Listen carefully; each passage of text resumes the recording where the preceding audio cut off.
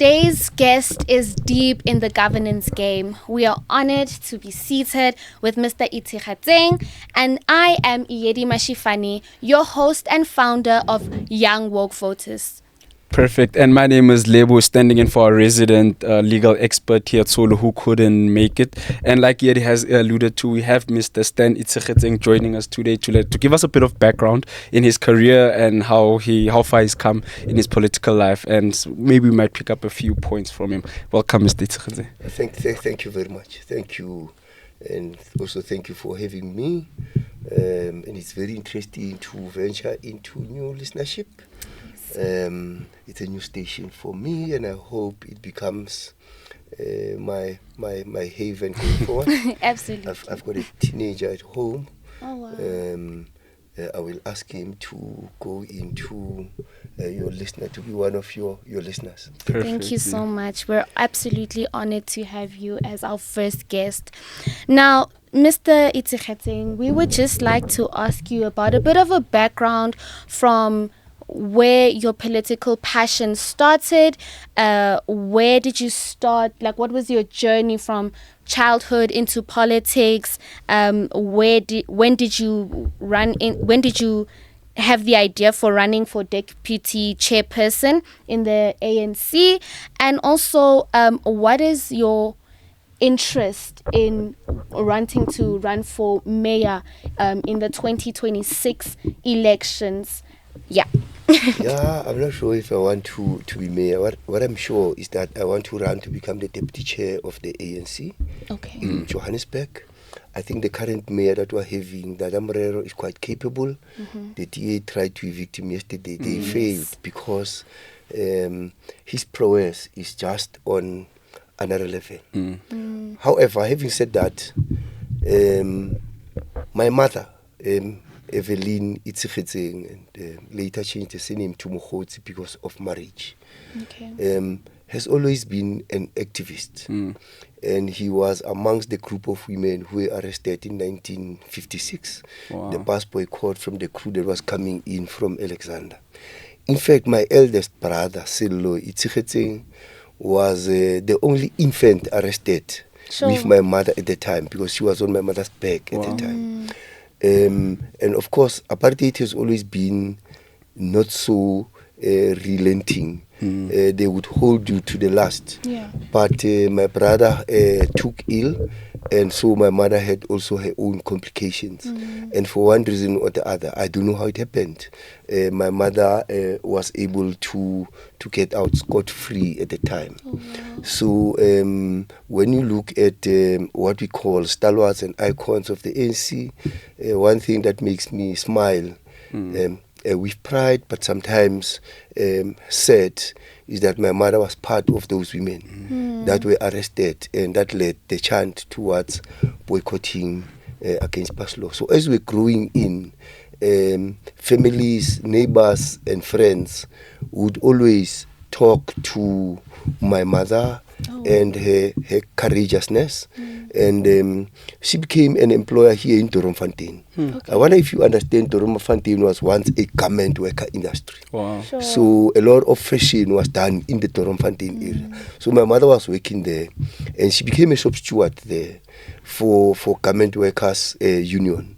And therefore she has always been crafted into politics. But it's not surprising, because my granny has always been an activist from Alexander into Diepkloof. She was part and parcel of the Soweto Civic Association. She was not in leadership, but she led people in our block, in our ground. And therefore, you don't know that you are involved in politics. To you, it's a way of living, of a family. And you are sent there, and you are sent to people who a lot of people are taking at high esteem. But I saw them all the time, because Granny would send me there. And when my mother got married, she lived in Davidton, and I was left with my Granny. So I was always in that particular space. In our days, when we were growing up, there was a lot of gangsterism in Soweto. You had Matopi gang at the time. You've got quite a whole number of gangs. Then you had fathers who formalized themselves. We call them matopikeng. So matopikeng were people that were putting lawness in the township. Yes. So if you are a problem at your home, they would report you there, they would come fetch you, they will go to a school, give you a hiding, and a lot of people drifted into that particular space, generally of being activists in the crime space. I do not. I continued to play soccer like any other young person. And of course, when we were growing up, there was a hype on Radio Freedom. It did not pick my frequency at my home, but there was a guy, he was a bit older than me, George Muholani, and he would come with a transistor radio, would stay and listen to Radio Freedom and listen to people in exile, you know, talking to us, talking politics and so forth. So, bit by bit, you get simmered into this thing. You find yourself in it with time. Then there was the growth of youth clubs in Soweto. They grew. I mean, there was the Methodist Youth Guild. There's one in Zone 4. There's one in Zone 2. There was one in Zone 6. And there was another one, which was a bigger one. It was not a Methodist one. It was somewhere in Soweto. You had Bokis, Mabuto Sitol, and so forth that participated there. So, in the youth, they were church, but we're addressing topical issues, parents of today and so forth. And there were a lot of debates. I mean, we debated with concerts once it got to be launched. So we debated and so forth. So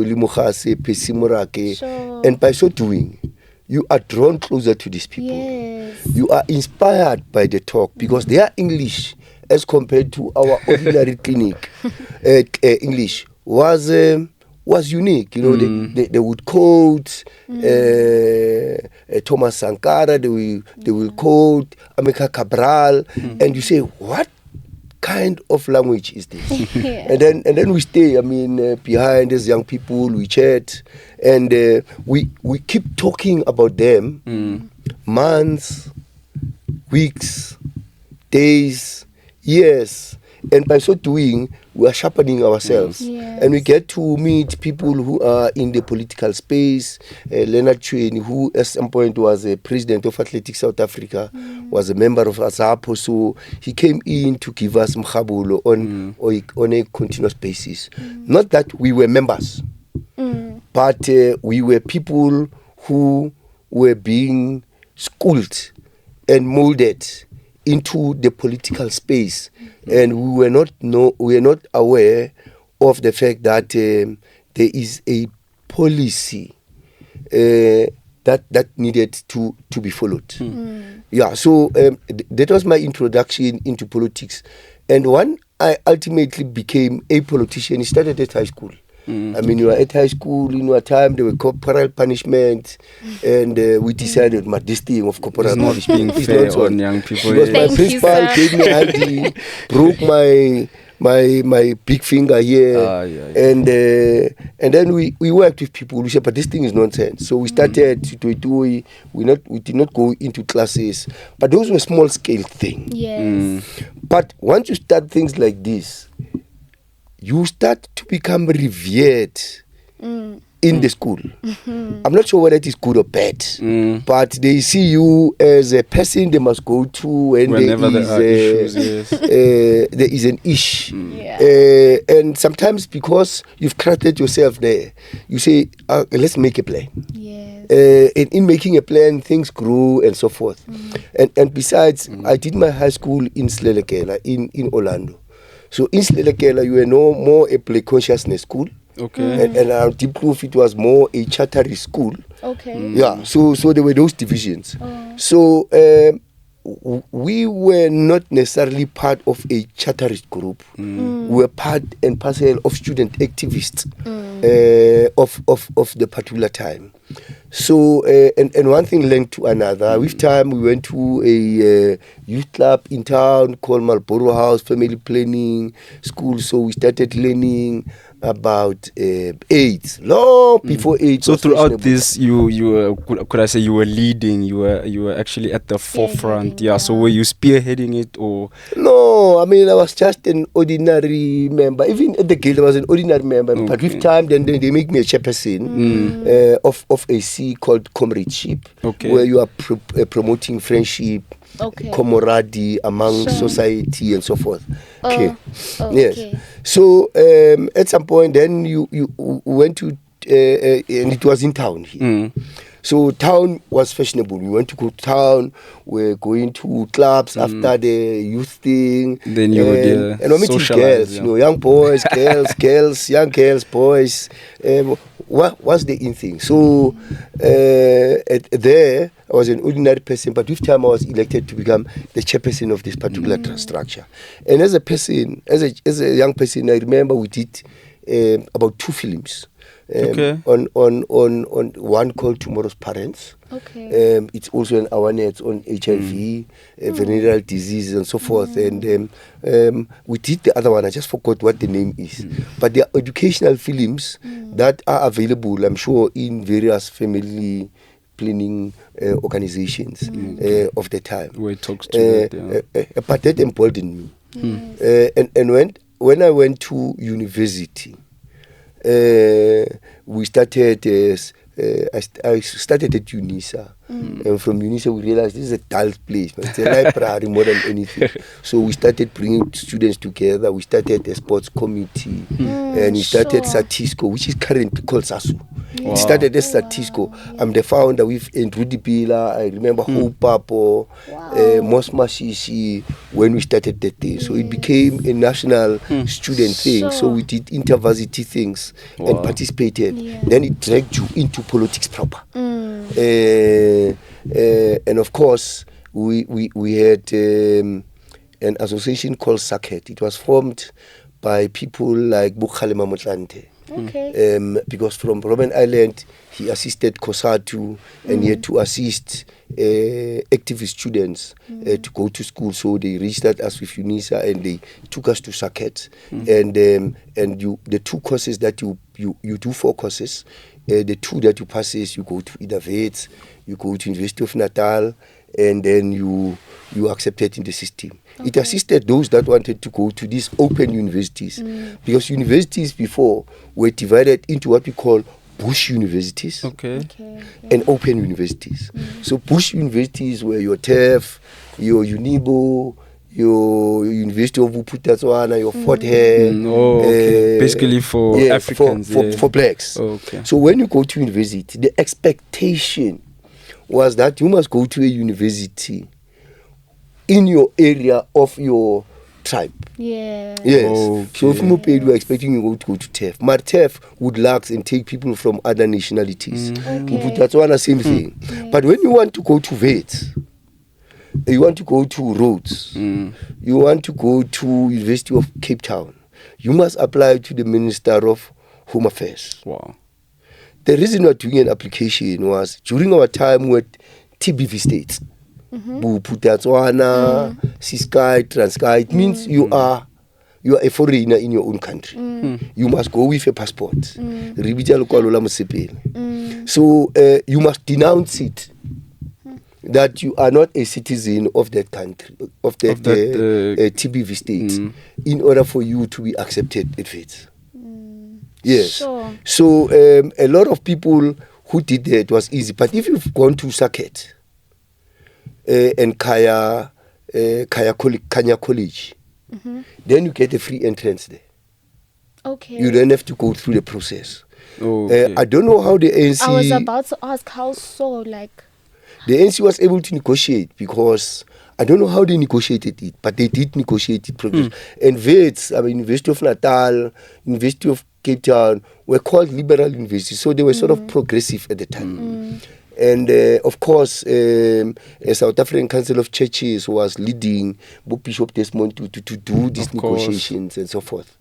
Of course, they would get guidance from people like Oliver Tambo and so forth to negotiate these things, because they were closer to the leaders in exile, because they could go in and out. of the country as clergymen, because there are churches all over the country. I mean, of course, and Africa also. Yes. Lutheran church is everywhere, Presbyterian is everywhere. So you'd go to various dioceses and be able to meet these things. Sometimes you'd go and visit the camps themselves, because people in the camps were living a hard life, kind of thing. So. Yeah, so these would be people from in exile, like MK people, basically. That were in remember, the camps, it was not only MK. There's a misnomer. It was not only MK that was in exile. Okay. You had Poko, which was the military wing of the PAC. You had Azanda, which was the military wing of the Azanian People's Organization, the one that was formed by Steve Biko. Of course, when they arrived in exile, there were challenges. These challenges made infighting amongst comrades, sometimes for resources, sometimes for girlfriends, sometimes for many other things. The ANC, for one reason or the other, we must thank God for that. He gave us Oliver Tambo, who became the president forever during the exile time, and was able to bind people. Not that they were not glitches, there were no infighting and things like those. They were there. I mean, Chris Hani at some point was fired out of the ANC. Wow. And the conference, the conference had to decide to say, man, let's get this young man and so forth. They got him back. I mean, and then he became a fierce leader thereafter. So there has always been people who were hotheads. For lack of a better word, but people that needed to be disciplined, and there were factions because people were posturizing, they were polarizing. There were people not so Transkei, not so choose, not so KZN kind of thing. Divisions. Yeah, so that's where they were there. Tribalism. From. Yes. Sure. So of course, under the tutelage of Oliver Tambo and many of our leaders at the time, he steered the ship to ensure that is cohesion and unity. Yes. And when the 76 group went to exile, because they went en masse, because there was a national boycott of students and police were harassing everybody, they were killing some, they were arresting some, people skipped the country. When they went there, you'd always go to an area that is quite comfortable, that is disciplined, that is receptive to people. And the ANC was that kind of an organization that received many of our people, in those times. Wow. You know, I think two things that are very important to pick up from what she just spoke about, just the history, your history in politics, is that community will literally influence you, not just influence you, but play like a role, peer pressure, yes. but they play a significant role in the birth, the plants, the seeds that are planted in you. Social justice, to want to serve people. Exactly. I think it's a heart posture that's important, and I think young people must take note that it doesn't matter where you are, you are able to serve your community, you are able to serve the people who you feel, you know, you have a calling to serve. I mean, for instance, we have a generation that is very big on social media, very big on podcasting, making music. We're very creative as a generation. And we're sitting here with our minister who's telling us that he and his group of friends at the time had actually made two movies. Yes. That just shows you that we are capable to get involved at the level that we're at and just serve people in any way that is our passion to serve. And I think it's more meaningful when we use our gifts, when we use our passions to serve communities. So it's not just self-serving, but it actually speaks to, you know, the greater community that we are actually called to have Ubuntu, hold hands and serve each other, togetherness. So thank you so much for that. For that enlightenment on your background. Quite illustrious. Yeah. Please gauge us on the current. What is your role and impact in the current ANC in Johannesburg? What do you feel your contribution has been, and where do you feel young people fit into your service today? Okay. I have been an activist in my branch for a long time. I mean, I served in the leadership of my branch for 18 years. Wow. As an ordinary member of the branch. That's telling. And with time, I was promoted. I was elected to become the treasurer of the branch. Then at some point, a deputy secretary. I served under the MEC, Faith Mazibuko. I served under a lady called Debbie Raputi, who was also the secretary after Faith. I ultimately became the secretary of the branch myself. I then became the chairperson of the branch. I serve in the zonal structure, which is a basket of branches coming together from Diepkloof. There are four branches there. Yes. And then the two in Orlando. Oh, like a cluster. They make a cluster called Zone 10. Okay. So I served there as an ordinary member first, then ultimately as the treasurer of the structure. And of course, for one reason or the other, to become an additional member, for me, it was never a contestation. I was always elected. Like in your childhood as well. Yeah, uncontesting. I'm not sure whether people were putting you there because they wanted to do the runaround. I'm not sure whether they were putting you there because there is something that they see in you. Because I never asked them, why have I been here for so long? Sure. Right? And then ultimately, after serving in the zone, I did not stand for the next election. But that same year, I was elected to become a regional executive member of the ANC in Greater Joburg region. I was an ordinary member. The previous elections, I was contesting to become the secretary of the region. Okay. My core advised me not to stand so that I give the guy who lives here in the city, Sasabona Mangai, a chance because there is political trade-offs at the time. And therefore, though I was elected in the REC, I did not make the threshold. I was number 17, but then you must do what we call equity. We call it the zebra stripe. So for every man there was a woman. Okay. There must be a woman. Okay, So it kicked me out to one notch outside being an REC member. I never sulked. I mean, I'm still an ANC member. I'm active in my branch as a backbencher. I'm active in the zone as a backbencher. I'm active in the country. I'm active everywhere. I mean, I visit comrades, KZN. I visit comrades everywhere when I'm called to come in and assist on an issue of importance. And for that, I think in politics as well, it is important for us, in my view, to be careful not to be ambitious. Okay. Please do explain. To be careful not to be ambitious as a leader.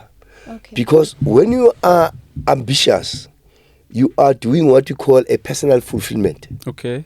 When the calling here is not about you, the calling here is about society. Oh, yes. So it is important to become an activist who is interested in serving the interest of the people and not grandstanding and self-fulfilling. I've seen people, maybe I'm not sure, maybe people think I have a similar witness, that once you are elected, you become aloof, you walk tall, you don't talk to people. I mean, I'm a grounded man. I think I am a grounded man. And I think in me being grounded, I think that is what makes good leadership. Absolutely. Service, And that's what is missing. Yeah, because I serve here. I see us as ordinary members. We talk in dark corners. We talk somewhere and say, this comrade thinks he's be it and know it all. And people run away from you, not because you don't have political content, Okay. But this thing about you is just icky and putting us off. And during situations like this, when people are contesting, you are having a situation that people remember your demeanor. Of course. People remember certain things, and sometimes it's put them off against you. Does it mean that you must be meek? No, I don't think you must be meek. I don't think you must be. You must be a play ball for people. But I think you need to remember that here every person counts, even an insane person. That's very important. Even a mentally retarded person, because they will go and vote for you. Exactly. And therefore it is important for us to always take those things in consideration. I mean, we remember what happened in Pakistan. Just one statement set people against us, and they decided not to go and vote. So how we speak and how we portray ourselves to society is important. It's not only behavior, it is your conduct and mannerism. I mean, I do an opulent party all the time. I drink whiskey. I drink cigars. I smoke cigars, by the way. Okay. But I smoke them out of the glare of people, you know, because once you smoke it, people have a perception, and that perception could easily become a negative perception. I drink whiskey, and I do everything possible not to drink it in the middle of people. I drink it when I'm home. Avoid shebeens, because when you are a leader and people find you in a drunken stupor condition at a bar, then tomorrow I do door-to-door at your house. They look at you and say, Mar, this one. Smelling of alcohol from the teeth to the palms to the feet, you become a problem. So the issue of demeanor and conduct for ANC or for any political leader for that matter is quite important. Absolutely. You know, and as you're speaking like this in terms of your contestation now, how do you relate to young people in the ANC Youth League? Do you have a relationship with them? What is your relationship like with them? And are they people that you believe can support your campaign? And how do you relate with them? And are they on your ticket or on your side? Well, the relationship is always a comradeship relationship. Youth is always quite controversial. They will swerve you one day when they are drunk, but you continue speaking to them. We've got a good relationship in my opinion. I've got a good respect for youth. Most of my friends are young.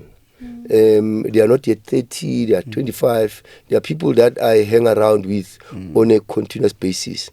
It's not because I don't want to get old, but because their cause is an important cause, and it's important all the time to assist, to craft them into shape, to become independent political thinkers and things like those. Because once you don't relate and talk to them, they become the nyaupes that you can't go and fetch tomorrow. In the ANC, I mean, you can go to any branch of the ANC where there are young people. They will tell you they associate with Stan. I was here, I met so and so, I visit them, I go, I make sure not to exploit them, and it is a nice cordial relationship that we are having. Do I have their support? I can give you guarantee of the Youth League in my branch and in my zone. They've been to me. I mean, the people who lured me to stand, it's not me. I did not wake up in the morning and thought I'm brave enough. They came to me and say, we think, leader, you are the person that we think, looking at the terrain as we're having today, you could be unified. They mentioned quite a whole number of things and said, we think you can deputize Comrade Dada. By the way, I served with Dada for many years. I was his strategic support in the political office as a secretary for almost 9 years. And when Paul became the mayor before, he asked me to move and give him Paul support. I did that. when Mpo was the MMC of Environment and Infrastructure. Or the late Mayor Mpo Mpomueran, yes. I work with Jody Matongo, who also became a mayor, was a very close friend to Dada and a comrade. So those were my circles of people that I myself know that you get the wisdom of politics with people who you need first to accept they have more political knowledge than you. Okay. And you go there, you get guidance and all those sort of things from such people, right? So in my understanding, I don't want to impose myself onto youth. Okay. They, the youth, must say whether they have a relationship with me or not. I could be there, probably a nuisance in their life. But for me, what I know that I don't have an issue with the respective leaders of the Youth League, past and present. I treat them the same. We meet, we talk, we joke, we talk politics. I am firm in my belief. I raise them. They criticize me. I write a lot of pieces on the media. They are robust, and when they do so, they take all gloves off. So they engage with you at that level. They swear at me. But it's the nature of the politics. I don't have to take it as a grudge. I must accept it because in it there is something they see that I don't see. I read over and over, especially those that criticize me, and try to understand where is the, how did I come to brush this person off? What must I do to correct? I may not ask them, but I do a self-introspection and I do a correction with myself, and I keep being nice to people, even if you are mean to me, because we are comrades here. We need each other. And once I start holding a hostile attitude towards you, it's not going to assist. I believe. And by the way, when I was coming here, because looking at your topic, I had prepared some notes around the subject that we were asking. I mean, I thought woke was an interesting, vibey term. What nonsense is this? So I had to go and do some research work. Yes. And I realized that woke is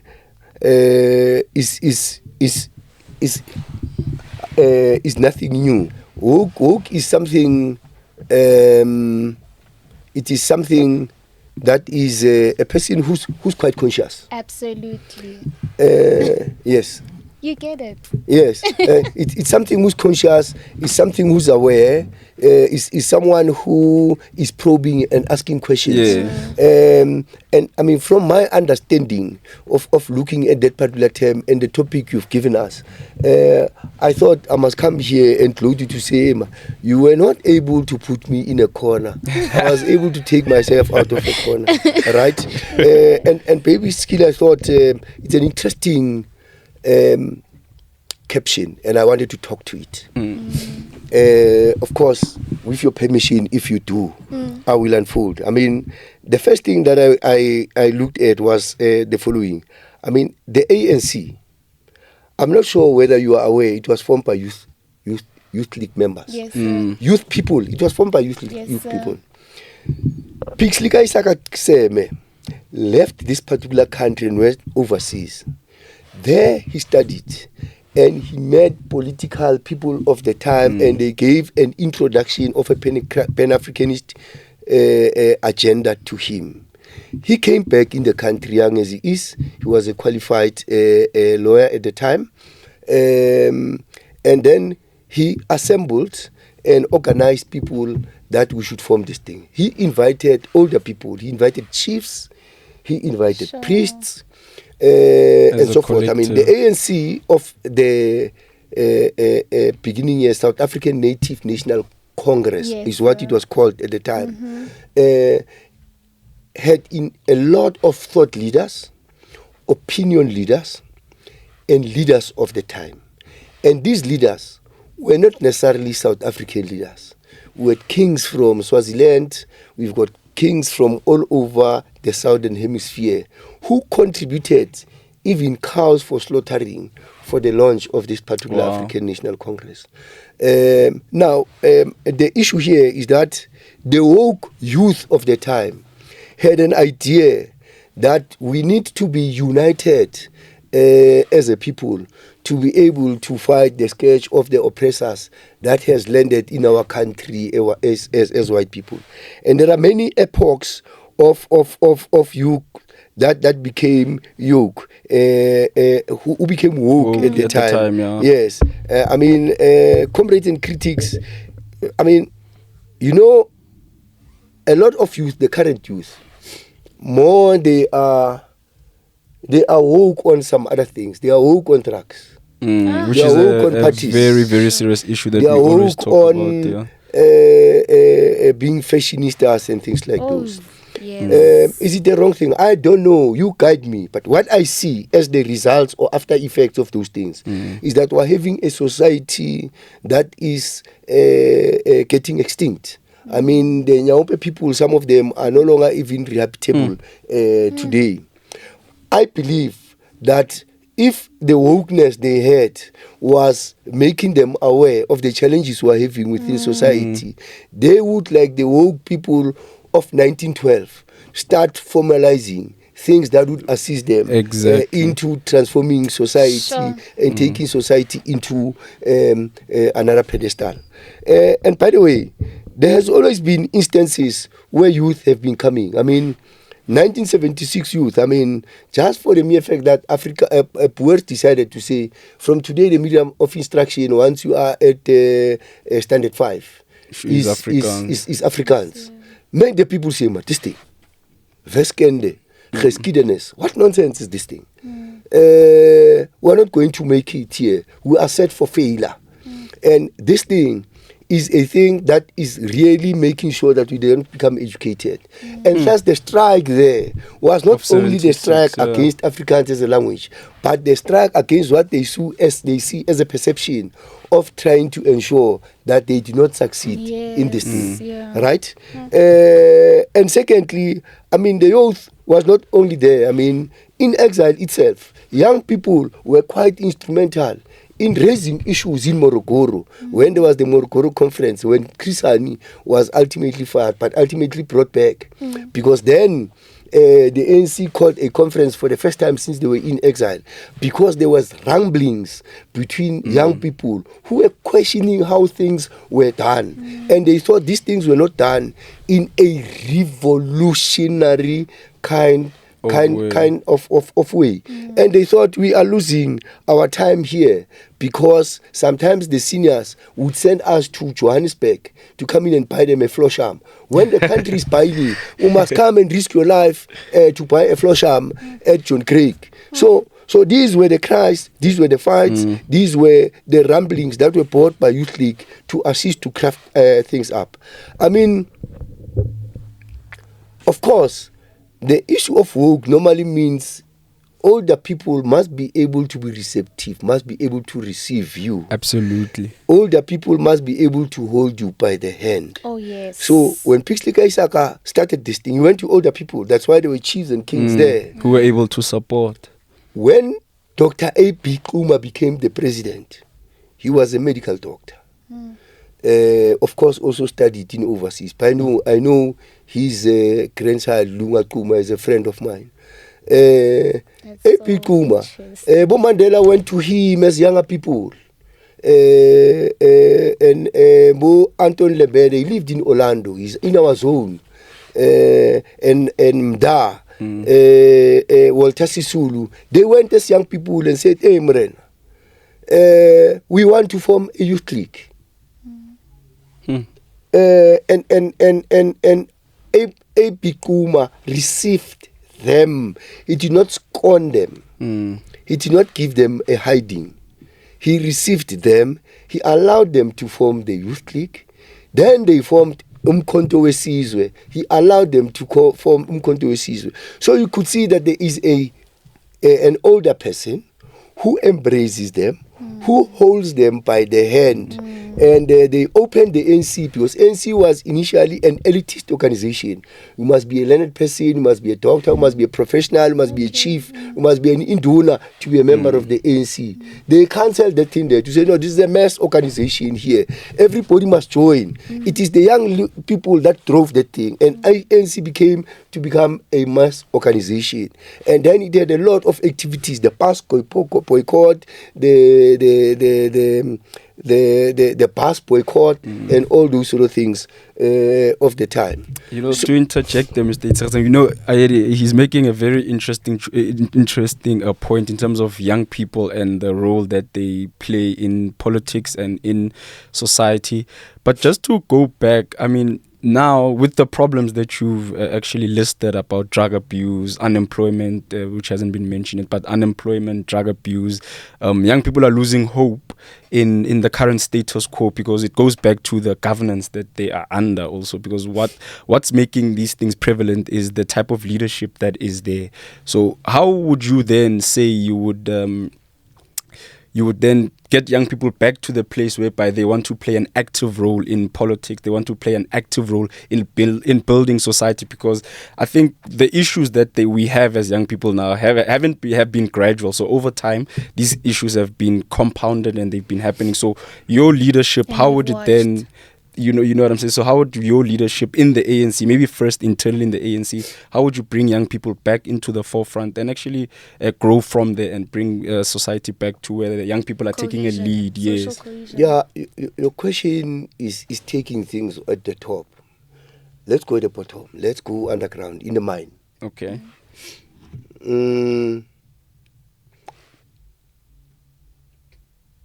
Young people, as young people, if they have their woke or have reached the state of identifying their woke, the state of identifying the challenges, the state of identifying the problems that they have, they normally come together and they talk about these things and they plot against this thing. The plot may not necessarily be a political plot. It may be a plot that says, we must form a business. You came together and formed a studio here. Right? You identified the niche. You called other young people. You said, let's come together. Let's form this thing. And you formed it. It's moving at some point. So young people always must do that. What I think is that with the advent of democracy, our youth league or our young people, their work became something else. Sure. They were alive to drugs. They were alive to beer, democracy unbanned dacha, and they went into it. It's fashionable now. You find now even ladies are smoking it. It's quite fashionable. When I was growing, ladies would never go into and venture into that particular space. Now, obviously, people became aware and alive to different things. Is it a youth problem? Yeah, maybe you could say so. It's. I think it's a shortcut to blame the adults for just discarding their youth. Every parent would like a good thing for their child, they talk to their children and so forth. But the issue is that we have got children who currently are not having the fire in their heart to do better, because the parents now are earning better. Now sapara Cavella, now sapara La Costa, now sapara Runa Neriako Kusun Rokera, because you wanted money to go to school. Because you wanted money for care. So there was a sense of responsibility from a young as well. age. I'm not saying all the youth are like that, but I'm saying the bulk of what you see in the township, you realize it's people who have not found and identified a gap. Even if you want to leave drugs, you are addicted. The only thing that you can do is for you to see the danger that this thing is doing to you. And you must have your woke and say, I'm waking up from this nonsense. I'm following the correct path. Absolutely. And you must have the conviction and the will to do that. I think we need to do more as a society, more as adults, to create avenues and platform that would conscientize youth, young people, to understand this is their country, it is theirs. Yes. That's true. They have a responsibility to build it or not to build it. They've got a responsibility to allow sometimes adults to hold them by the hand. But by the way, holding them by the hand is not to do what President Zuma did. You know, at some point you click everybody all the time. Malema, he decided to they're not going on conference and disbanded them. And when he disbanded them, he put then the WTT, the RTTs, the PTTs, which were the task teams at the various tiers of leadership. But when you put these task WTTs, you put your people that will support your cause. And by putting the people that support your cause, you are not addressing the issue that needs to address activities of society. You want people that will endorse you and elect you into the next election. I mean, you ask me my position about the youth. I've never imposed myself onto young people. I relate with them not because I want them to elect me. I elect them because I think it is interesting that we sit and share, exchange notes. Because even me as an adult, I must know what is the status quo. Yeah, the terrain that my son is living in. Because if I am detached from them, I will never know how to guide my own children. I will never know what needs to happen to champion the interest of society. Because young people being radical, they see things before us. Boomdal. You see? That is true, so the issue is being closer to young people must not suppress them, must not indoctrinate them, must not demand them to vote you in. They must exercise their own political conscience and decide on your own free will whether they want you to lead or not to lead, or they want somebody else to lead or not to lead. I was speaking to a friend of mine yesterday, Barki Kolan. His wife is called Lerato Pop. And he says to me, Emma, I'll support Fruya. Fruya is still a youth. Liana is still a youth. So you don't want to support me, I must support her. So no, man. When you are an old person, you must support young people. When you can stand on your own. I thought about it to say, this one is telling me nonsense. But I thought, man is telling the truth. You must support young people. I must support young people. And Bona, if they think, Kore, I'm a leader fit for purpose to address their issues and their needs, they will put me. Because when Mandela went to remove A.P. Kuma and other people at some point, it's because those people were not agreeing to their agenda. And when you do not agree to the agenda, they came and removed you from the seat and showed you the door. Because they think when we want to be progressive, when you want to bring us back. We are serious about this revolution. And young people must be serious about this revolution. If they think Stan is a burden to us getting the national democratic society that we are aspiring for, because Stan is fixated on self-enrichment, move Stan away, kick his behind out of that leadership position.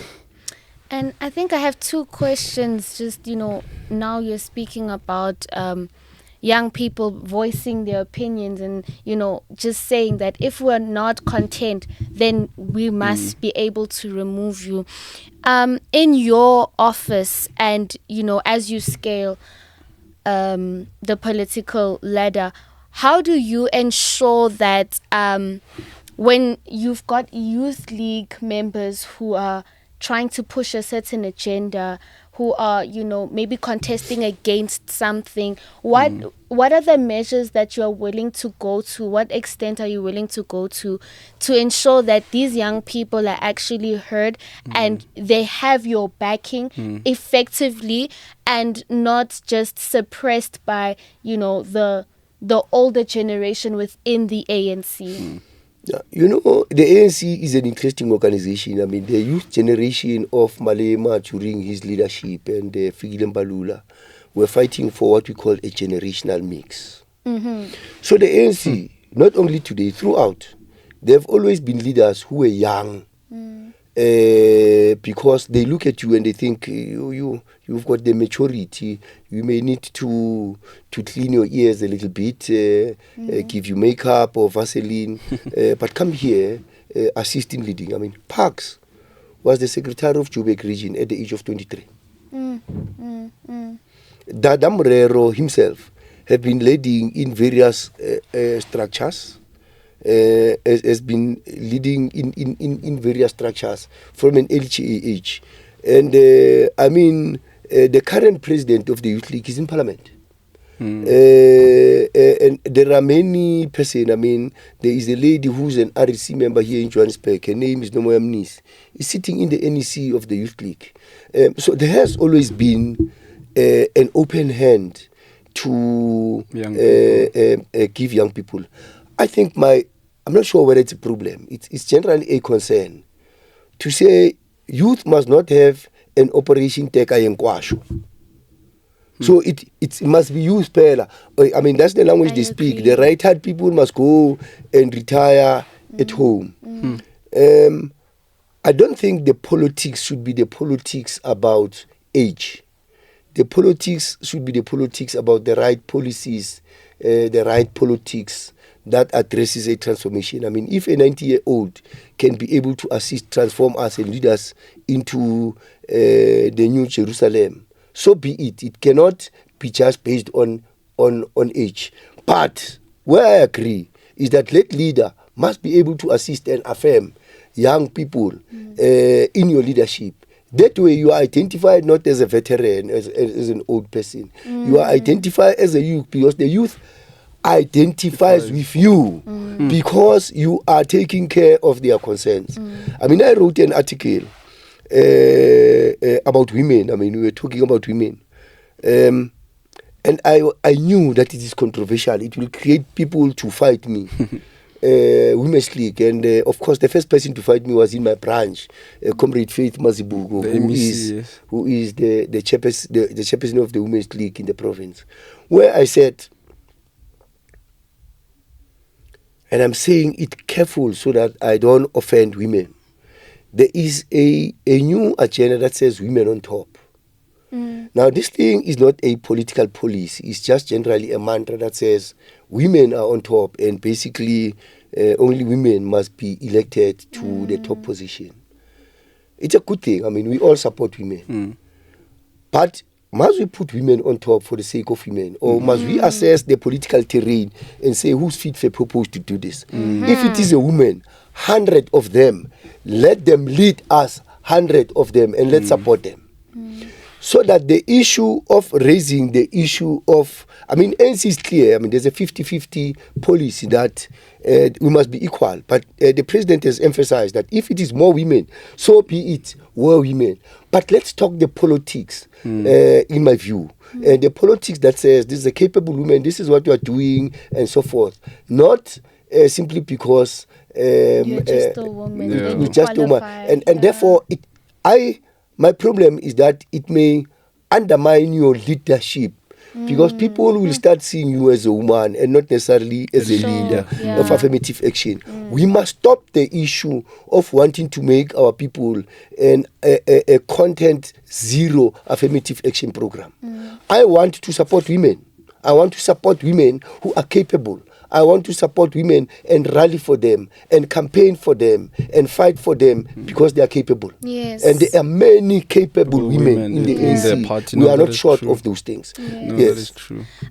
Just before we wrap up quickly, a question from, just from Young Woke voters regarding your present and future stances on, just basically the youth that happens to be in Johannesburg. Yes. We're talking about students. We're talking about people who own businesses. Braamfontein is very well known to be, a student hub, young people's hub, and it finds itself in your district. So the question here is just basically. The city of Johannesburg or Joburg CBD remains a critical economic zone for the working class and informal traders, as well as young people. who have businesses, who are business owners, who are students, and which is like obviously, and like Santon, which is more so privately driven. The question here is, what are the city's plans regarding safety, housing, and infrastructure in the inner city, especially to support its growing youth population? So yeah, essentially the youth is growing a lot. What we're seeing now is a demographic of young people who are leveraging on spaces, the creative space within Braamfontein, Newtown, and evidently creatives, young people will flock to the city. So what are we doing as City of Johannesburg, as the ANC? What are we doing to ensure that we are creating safe spaces for young people to be able to walk around at night, to be able to just be safe, having a phone on the street, that kind of thing, not careless but safe, the kind of infrastructure that we're investing in to make sure that young people feel that they are actually taken care of and supported by the government. Absolutely. Let me correct the narrative that Santin is on autopilot or cruise control and therefore it's driven by private business. It's a fallacy. Okay. Remember that the spatial planning of the city is decided by municipality. So if you build things we don't want there, we're not going to approve them. Okay. So yeah, it could be their capital, but it is our vision as municipality to say this is what we want here. So whatever development you see is a development as an initiative of the city, and of course would attract a lot of private business to come in and put their equity to draft structures that they're doing there. We must approve them. There's no building that goes here that we don't approve. So there is a clear rule. We must supply water there. We must supply electricity there. They don't supply water and electricity. We must supply pollution facilities. We are partners, not small partners, big partners. We must put roads, infrastructure, we must put robots, and we must put street lights there. So the city is not an observer on the grandstand here. We're not even outside the stadium. We're inside the field there, playing with the big boys, driving the direction of where the city is going to do. I mean, if there is going to be a development that happens, the first people to know and approve it is the city. We have a plan that says this city, this is what we're going to do. We are planning that there's going to be a Gautrain that is starting from here, Park Station, going towards Stain City, Midrand, going all around. We are drafting that thing. We are raising resources and capital to do that. We are partnering with private business to come in and do a public-private partnership. So it worries me that an ordinary person in the city does not understand the role that the city is playing. We are playing a major role. And those guys, if we are not playing ball, they stop. They must come and have a meeting with us. City, and we do have meetings with them all the time on doing the plans and things like those. About the safety, we have spoken to Vumacam. The province has spoken to Vumacam. We've got cameras everywhere here that are actually ensuring your safety. They've got face recognition. So they see you, they know who you are, what is your ID, where is your address, and things like those, and identifying your people. Is it enough? No, it's not enough. We want more.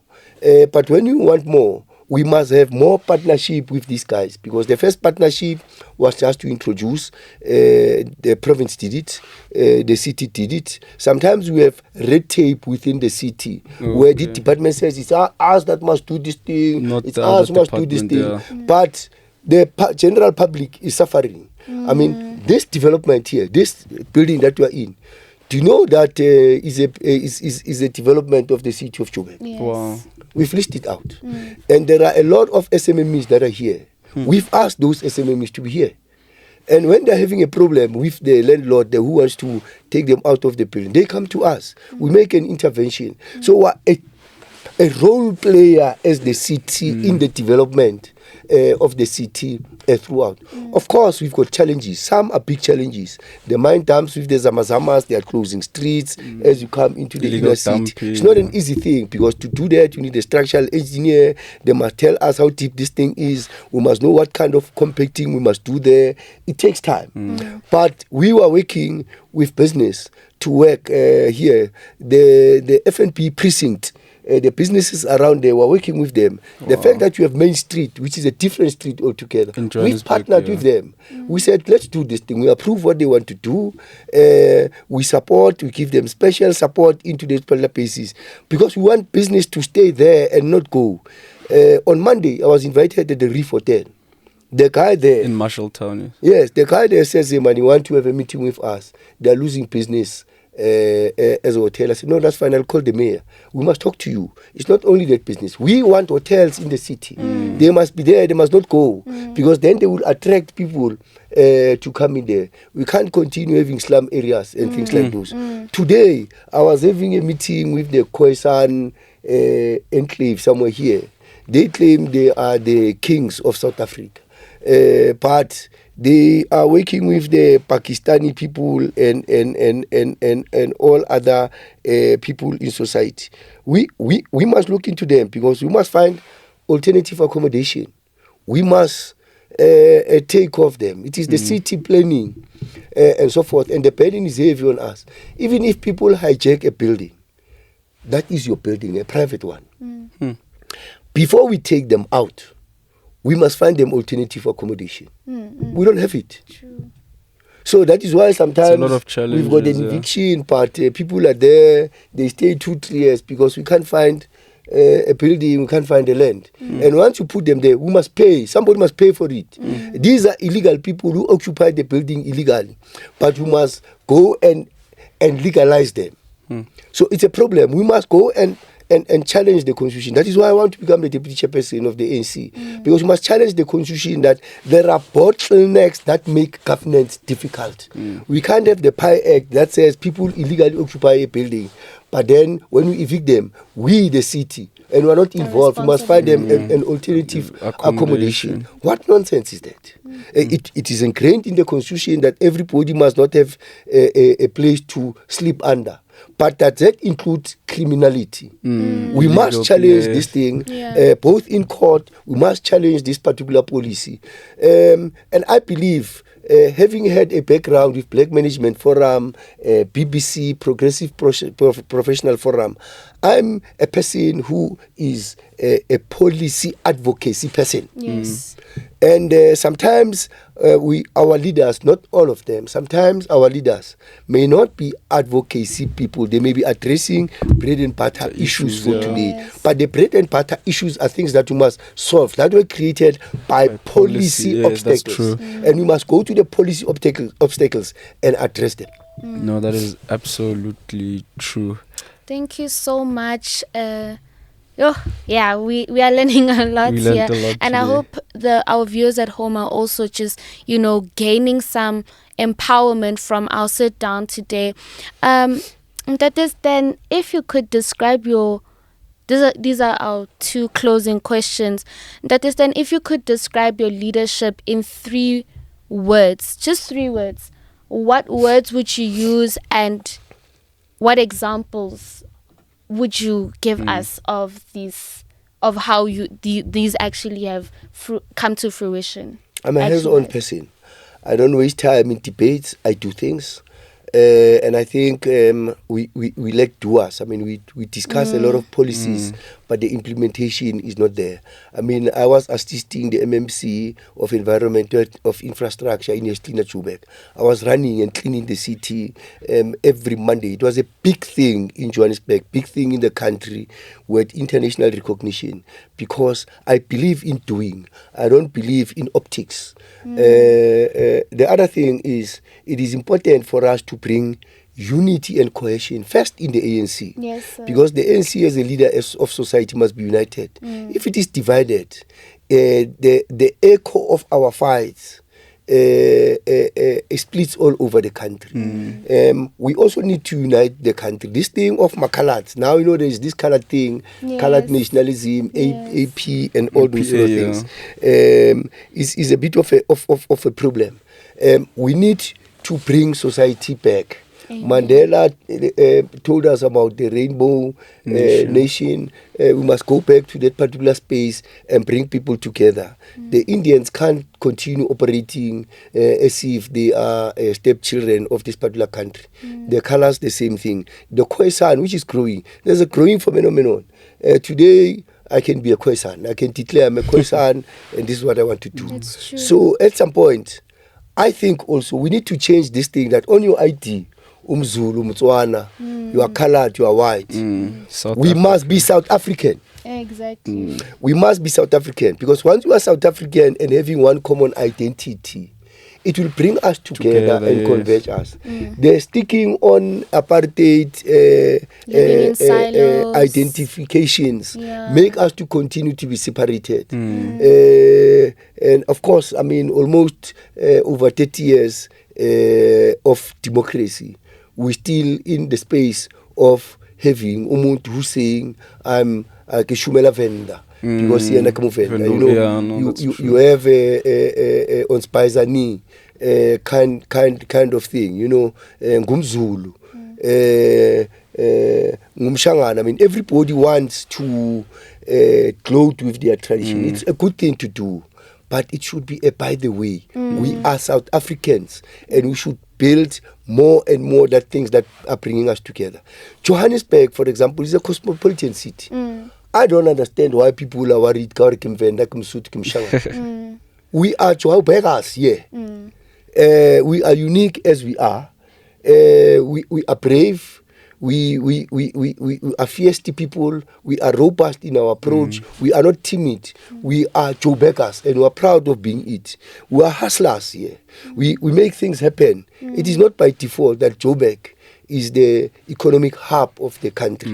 It's because the type of people it attracts are feisty people. They come here, and it's a do or die here. No, that is absolutely true. And in closing, I think thank you so much for joining us, and Tate Itshegetseng, and good luck with your campaign towards the REC. Hopefully the party unites and young people rally behind the party, and then you can get back to the place you are at. And thank you so much for joining us. If there's anything you would like to say to our young audience about the upcoming elections, municipal elections in 2026, what is a message that you just like to leave them with, and a challenge as well? Yeah, I've heard a lot of young people saying they are not voting because they don't see the benefit. But the reality of the matter is that if you don't vote, other people will vote. I mean, in Johannesburg, we made a budget before Mpho Merani passed away and Julie Matongo passed away. A budget that was assisting transformation. We did not get the vote that we expected. We were still the number one party, but we don't have enough votes. So coalition came in, they ganged against us. The budget that were done to address development and transformation in the area of the township, it was literally moved from the township straight to something. So when you don't vote, the issue, Kukhuri, we can't even be able to assist you because we are outside. We will be making a noise in parliament like the DA is doing a noise, but not assisting you. We need youth to vote. You can vote for whatever you are voting for. But if you vote for ANC, I'm happy because then you are assisting us to continue to govern because we think we are the only party that has a vision for South Africa. We don't make noise. We build for our people. I mean, we build houses, we gave people houses. We're giving people Basa 350 now. We are doing what we, I mean, you would see, I'm sure, the potholes, we're patching the potholes. The rain is gone. So we're busy, we're patching everywhere. We're working. We're building, we're putting in streets and all. The challenges are there. But we are sure that previously disadvantaged people cannot continue to be disadvantaged in this epoch. Please. We need to change their life. I mean, not long ago, Sandton was a fiefdom for whites. Now, how many blacks are living there? It did not come by accident. Because of triple PEE, employment equity policies that we put in there to ensure that blacks ascend into management. I mean, before 1994, we had less than 20 black managers. You knew all of them, both Rural Khoza and so forth. Today, the number of managers, we don't know. I mean, a green, yal tombol. Outside the first area, rasane. Today, I live in Diepkloof. I drive a Mercedes-Benz. And many people are driving those particular cars. In the past, we would not be driving those sort of things. So, technically speaking, I'm saying, both black, colours, Indians, South Africans in general, you must go out and vote. When I mean, I don't care. You have solved your problem. Yeah. The problem worsens. But if you are voting, your voice is there. Put your voice. If you think the ANC is doing nonsense, vote against it. But if you think we're doing good and we're confident we're doing good, we can give you things that we're doing. This mall, for example, here is our baby. We did it. Yes. Sure. Thank you so much. Turban Hall, the Turban Hall, this side here. That thing, if Diepkloof was a mine house, it was derelict. In shacks. Really? Not long ago. Shacks. Plenty shacks. We've transformed it. It's an office park. It's decent. It holds the premier. No, so your work is impactful. We are seeing the fruits of your labor. I hope the whole South Africa can see the fruits of our labor. Thank you so much. Just as a small token of our appreciation and to say thank you for seeing it valuable to sit down with young people to engage on issues that actually affect young people. I feel like we have to have a second sit down because there's definitely a lot more that we need to, unpack and just get the attention of young people more onto politics and the relevance of what we're doing here, enlightening, conscientizing, putting this wokeness to practice. Thank you so much for joining us, and please accept a small gift from us. Thank you very much. Say thank you from thanks. Young Woke Voters. This has been a great encounter, great episode. Thank you, and we really do hope to hear more from you moving forward.